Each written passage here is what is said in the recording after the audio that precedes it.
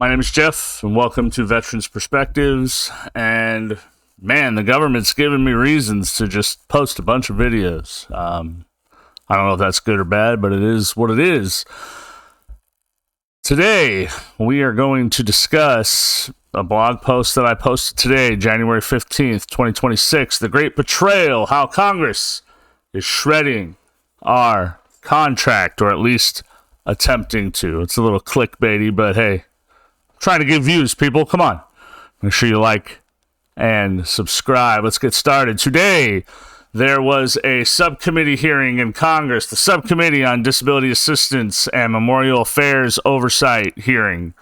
The most boring title you will ever hear, okay? If you want to know what ass clowns in a suit look like, watch that hearing. It's about 2 hours long. This hearing is gathering traction on YouTube. I will put the YouTube link to the hearing down in the comments. It has about 6,000 views on YouTube for a 2-hour hearing. That's pretty legit, especially for a congressional subcommittee hearing. But you know who's watching it? Veterans. Because they only invited one veterans group to the goddamn hearing. That was about our benefits. The topic of the hearing was about the modernization of the VA schedule for rating disabilities, what is called VASRD. If you listen to the hearing, they refer to it as 5,000 different things, but it's the VASRD, okay? It sounds boring, right? It sounds like a boring hearing. That's what they want you to think it is, so you don't watch, listen, or pay attention to it. I can assure you, the topic of conversation might sound boring, but to people like me, it is not. And it should not be boring to the general public. In fact, it should piss you off. Okay? They want us to tune out so they can continue to fail veterans with our silence. With us being silent. But of course, I watched it. Shocking, I know. Yes, I watched subcommittee hearings. First off, I'm retired, but I was watching them before I was retired. I have a master's degree in political science. I watch stupid shit, okay? I saw exactly what we're up against. It's a government that is actively and openly shredding the contract that we signed when we raised our right hands. Okay? Here's the truth about how they're failing us. Hating on veterans, treating our livelihood like it's a bureaucratic game, and this is nothing new, okay? The hearing will kick off with the admission that the VA rating schedule hasn't had a holistic update since 1945. Okay, yes, there have been small updates here and there. There are 15 different sections of the rating scale. 11 of them have seen small incremental updates over the years, okay? But holistically, it has not seen a total update since before we knew about DNA.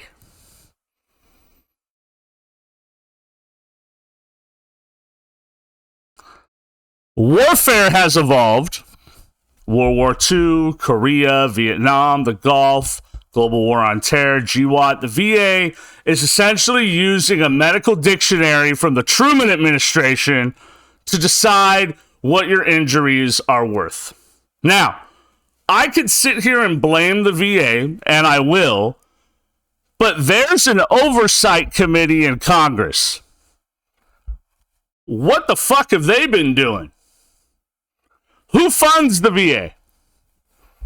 Congress, with taxpayer dollars, at an incredibly low rate when compared to the Department of Defense. What are they overseeing? What is their oversight? If you listen to the first 20 minutes of the hearing, you will find out that the chairman of the hearing had no idea about this. None. Zero. That they were just told to be on this subcommittee.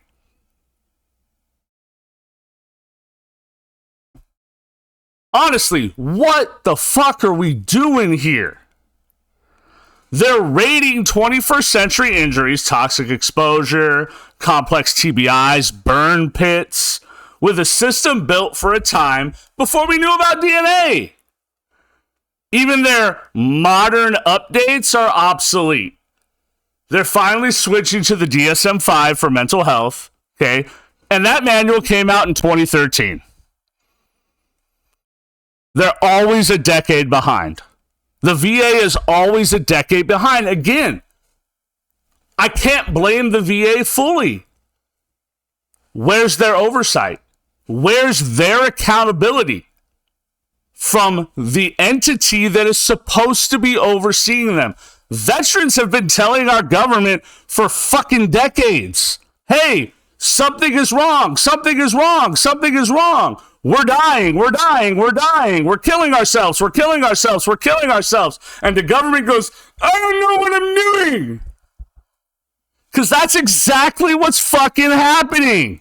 And now all of a sudden, we're going to have fucking subcommittee hearings and not even invite veterans to a seat at the fucking table? Fuck you. There it is. Fuck you. Isn't our vice president a veteran? Isn't both of my senators in Arizona are veterans? Where the fuck are you? Senator Gallego, Senator Mark Kelly, where the fuck are you? Because you ain't doing shit. Making that money, insider trading, because you ain't doing shit to help us. Congress is the enemy. It's easy to punch down at VA officials. That's easy. Right? VA officials stammering through their non-answers. The real villains are sitting on the dais, Congress. Right? We have congressional oversight for the VA as long as the VA's existed. If the VA's been failing for 80 years, then the supervisors are the problem. What happens to a business when it's losing money? Who do we blame? CEO, right? What happens when you run a mission, right? That mission goes fucking foobar. Who do you blame? Who ran the fucking mission? They hold these hearings to act shocked that the backlog is bad or the rating scale is old. They write the fucking laws. They write the budgets. They create the red tape that caused this shit to happen, not the VA. This is hypocrisy at its highest order. Ranking member, Mr. McGarvey, okay, highlighted a growing narrative. He actually said some really nice things about veterans, and he highlighted that only one veterans group was part of the hearing today, okay? Seems like a cool guy, okay? But he highlighted this narrative that veterans' benefits are too generous or prone to fraud. Congress loses track of trillions in fucking Pentagon audits, and we don't even fucking do anything about it. They police our pennies as veterans while they waste their billions. They are trillions in debt because Congress cannot control its spending. But they're holding subcommittee hearings to talk about how our benefits are too generous. And I've already made a video, you can go back and watch it, how our benefits aren't even close to generous at all. Congress causes the wars, and you can blame Trump if you want. Okay, that's all fine and well and good. But if you're going to do that, you're going to blame Biden. You're going to blame Bush. You're going to blame Clinton. You're going to blame fucking all of them. Okay? I don't care left, right, or center. I do not give a shit about political leanings when it comes to this. They created the problem. They created us. But when we come home, they treat our care as an unexpected burden. Like they thought we were all going to come home. Yay! I fought in Iraq. Oh boy, yay, oil. Fuck off. You lied about the war, and now you lied about taking care of us. You're liars. You know, there's this line in the Declaration of Independence that sometimes we need to replace our government. I think we're there. We're there. Because taking care of your veterans is not a burden. It is a cost of war. They love to call our benefits entitlements. They do the same thing with all of our Social Security. Oh, it's an entitlement. I don't pay for entitlements. Let's get the record straight. We're not asking for charity. We're demanding payment on a contract. So here's how they're destroying it. The unlimited liability breach. When we enlisted, we gave the government unlimited liability. We agreed to die if ordered. Not many of y'all have done that, have you? In return, we deserve unlimited support. Period. Instead, they act like a cheap-ass insurance company. That's what the government is. Cheap-ass insurance company denying claims to save a fucking buck while they make millions on the side. The Lincoln Mandate violation. Lincoln promised to care for him who shall have borne the battle. Using a 1945 rating schedule is not care, it's negligence. The government is guilty of negligence, and they need to be held accountable in a court of law. The economic theft. Disability is supposed to make up for lost earning capacity. Mr. McGarvey brings that up during the hearing. The VA hasn't updated their earnings data since 2008. What happened in 2008, people? The Great Recession.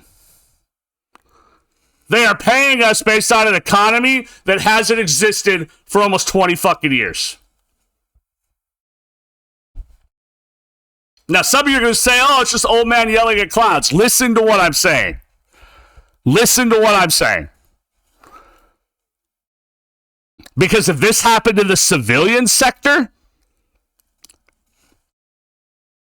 you'd be in court. We don't have that option. Maybe it's time for us to have that option. The betrayal of the front line. I want to be clear about something because this is personal to me. When I say the system is failing, I'm not talking about the nurse that checks me in. I'm not talking about my doctor who calls me and checks on me, even when he doesn't have to, when we don't even have a scheduled appointment. There's good people at the VA. Good people that give a fuck, that care about us every single day. Shit. Yesterday, I just got a random message in my VA secure message. Hey, Jeff, I hadn't heard from you in a while. I want to see how you're doing with your medicine. Is there anything I can do?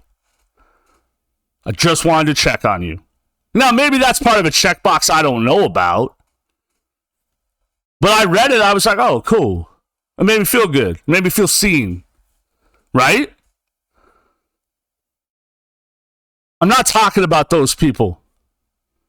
Those people give a fuck. Those people don't control this. Those people are caregivers. Those people choose to work for a VA system that probably pays them less than working at a county hospital.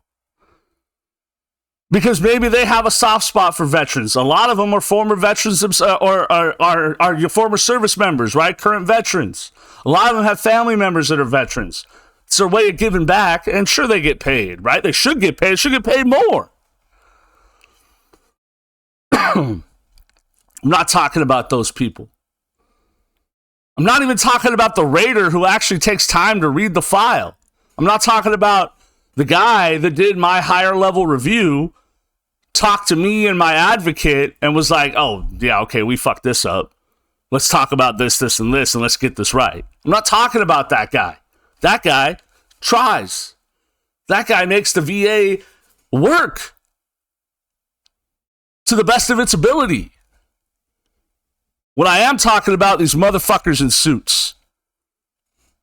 I've been helped by incredible people at the VA. I'm here today because of them. I'd be dead if it wasn't for those people and for my wife and my kids.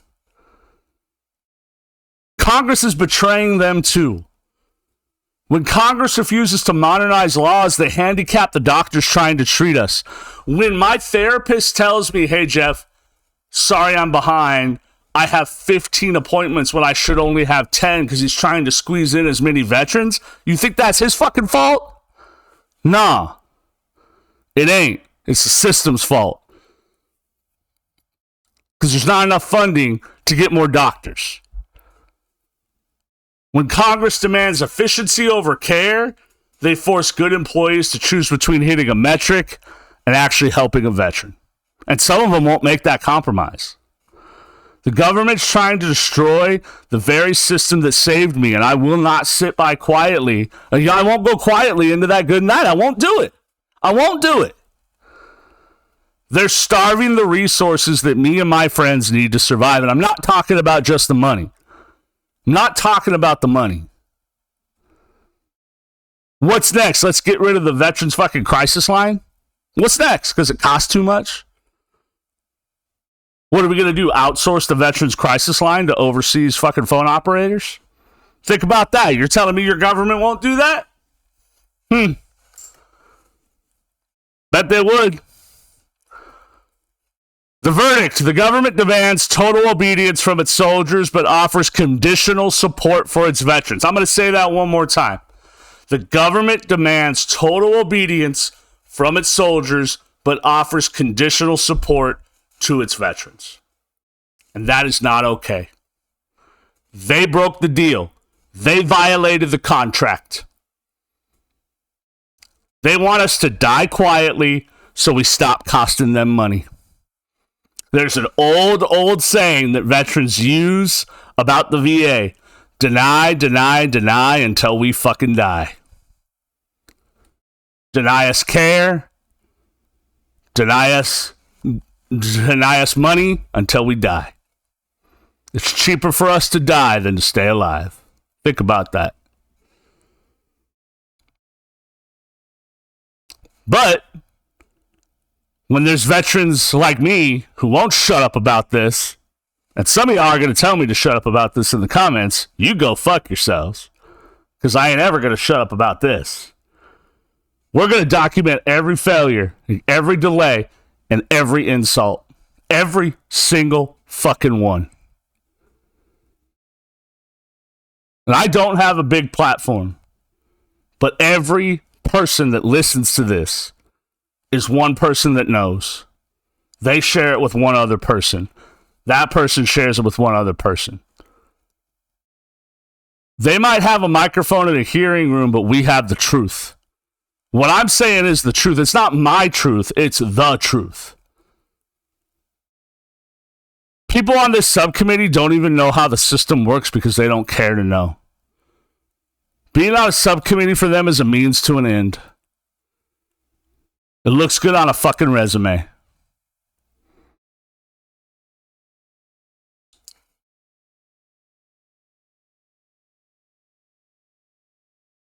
They've had opportunity after opportunity after opportunity to ensure that the VA has the funding it needs and the oversight it needs to run efficiently, to help veterans, not to hit metrics. It's about helping people. About helping people that have served this country fight fucked up wars that our government has started. And the veterans that are in Congress and the veteran that is the sitting vice president need to fucking step up and say something. Because they ain't. And I'm sick of it. And I ask that the rest of you be sick of it too and step up and say something about it. Please like, follow, and subscribe, and thank you for listening.